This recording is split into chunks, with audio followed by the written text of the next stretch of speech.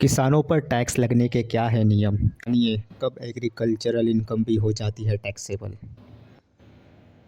आयकर अधिनियम के तहत एग्रीकल्चरल इनकम पर टैक्स नहीं लगता है, बशर्ते ज़मीन से हुई कमाई एग्रीकल्चरल इनकम हो।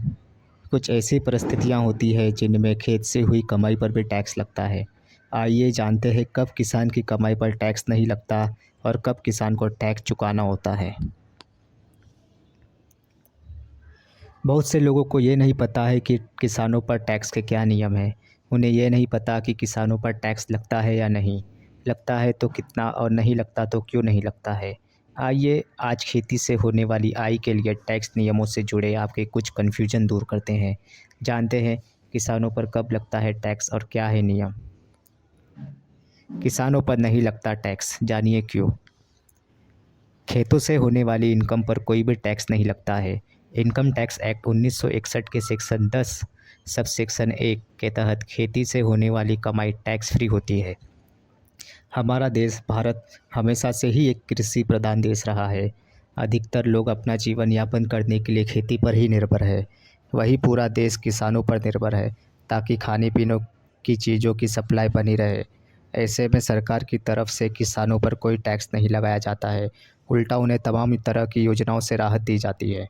बता दें कि खेती में फ़ायदा भी होता है और नुकसान भी काफ़ी होता है, क्योंकि अधिकतर किसान बारिश पर निर्भर होते हैं। ऐसे में खेती से होने वाली कमाई अभी तक टैक्स फ्री रखी गई है। किसे कहते हैं खेती से होने वाली कमाई?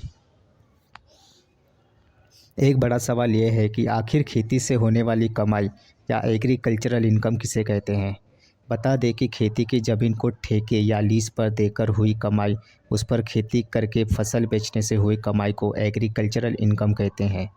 अगर खेती की ज़मीन पर कोई घर बना है जिसमें कोई किसान रहता है या उसे स्टोर रूम या आउट हाउस की तरह इस्तेमाल करता है, तो भी उस ज़मीन से हुई आय को एग्रीकल्चरल इनकम कहते हैं।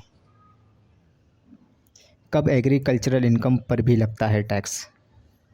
अगर किसी कृषि उत्पाद से प्रोसेस्ड फूड तैयार हो रहा है तो उससे होने वाली कमाई को एग्रीकल्चरल इनकम नहीं माना जाएगा।